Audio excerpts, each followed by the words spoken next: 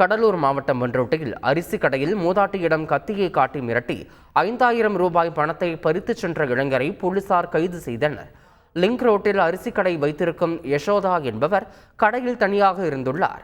அப்போது மோட்டார் சைக்கிளில் வந்த இளைஞர் ஒருவர் திடீரென கடைக்குள் புகுந்த யசோதாவை கத்தியை காட்டி மிரட்டினார். பின்னர் கல்லாப்பிட்டியில் இருந்த 5000 ரூபாய் பணத்தை திருடிக் கொண்டு அங்கிருந்து தப்பிச் சென்றார்.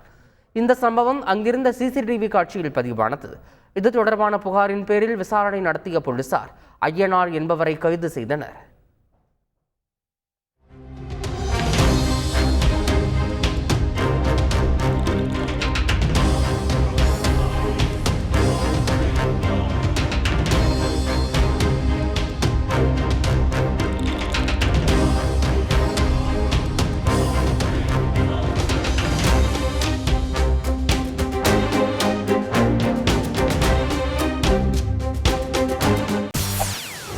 செய்திகளை உடனுக்குடன் தெரிந்து கொள்ள உடனே சப்ஸ்கிரைப் பண்ணுங்க.